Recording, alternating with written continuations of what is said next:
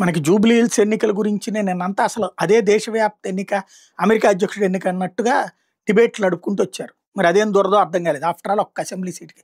బీహార్‌లో అంత పెద్ద ఇష్యూ నడుస్తుంటే దానికి జస్ట్ పక్కన స్క్రోలింగ్‌లోను అంకెలేసుకుంటూ వచ్చి అప్పుడప్పుడు మధ్యలో డిబేట్‌లో తీసుకొచ్చుకున్నారు. మన తెలుగు మీడియా భావదారిద్ర్యం ఇంతకు మించి ఎదగదేమో అనిపించింది. ఎందుకంటే మనం పోను పోను కుచించుకుపోతున్నాం అనిపించింది. అది పోతే దేశవ్యాప్తంగా జరిగినటువంటి ఎన్నికల్ని కూడా వీళ్ళెవడూ హైలైట్ చేయలేకపోయారు. ఇవాళ పత్రికలు టచ్ చేసుకొచ్చినాయి. వివిధ రాష్ట్రాల్లోని 8 నియోజకవర్గాలకు ఈ నెల 11వ తేదీన జరిగిన ఉప ఎన్నికల్లో 4 అధికార పక్షాలు దక్కించుకుంటే, బీజేపీ పాలిత రాజస్థాన్‌లోనేమో కాంగ్రెస్ ఓ సీటు గెలుచుకుంటే, కాశ్మీర్‌లోని ఏదైతే ఈ అబ్దుల్లాల రాష్ట్రంలో అయినటువంటి కాశ్మీర్‌లోని బుద్గాం స్థానాన్ని అధికార నేషనల్ కాన్ఫరెన్స్ మొట్టమొదటిసారిగా ఓడిపోయింది. ఇక్కడ పీపుల్స్ డెమోక్రాటిక్ పార్టీ అభ్యర్థి విజయం సాధించారు. కాశ్మీర్‌లో నగ్రోటా సీట్‌ని బీజేపీ నిలబెట్టుకుంది.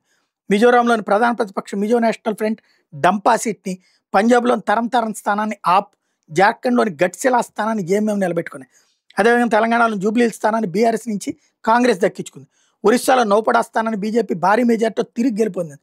ఉప ఎన్నిక ఫలితాల మీద మోడీ స్పందించారు. బీజేపీ అభ్యర్థులకు విజయం అందించిన జమ్మూ కాశ్మీర్లో నగ్రటా, ఒరిస్సాలో నౌపడా నియోజకవర్గాల ప్రజలకు ధన్యవాదాలు చెప్పారు. కొత్తగా ఎమ్మెల్యేలు అయినటువంటి దేవయాని రాణా, తొలాకియాల్ని ఆయన అభినందించారు. వాళ్ళ గెలుపు కృషి చేసిన కార్యకర్తల్ని అభినందించారు.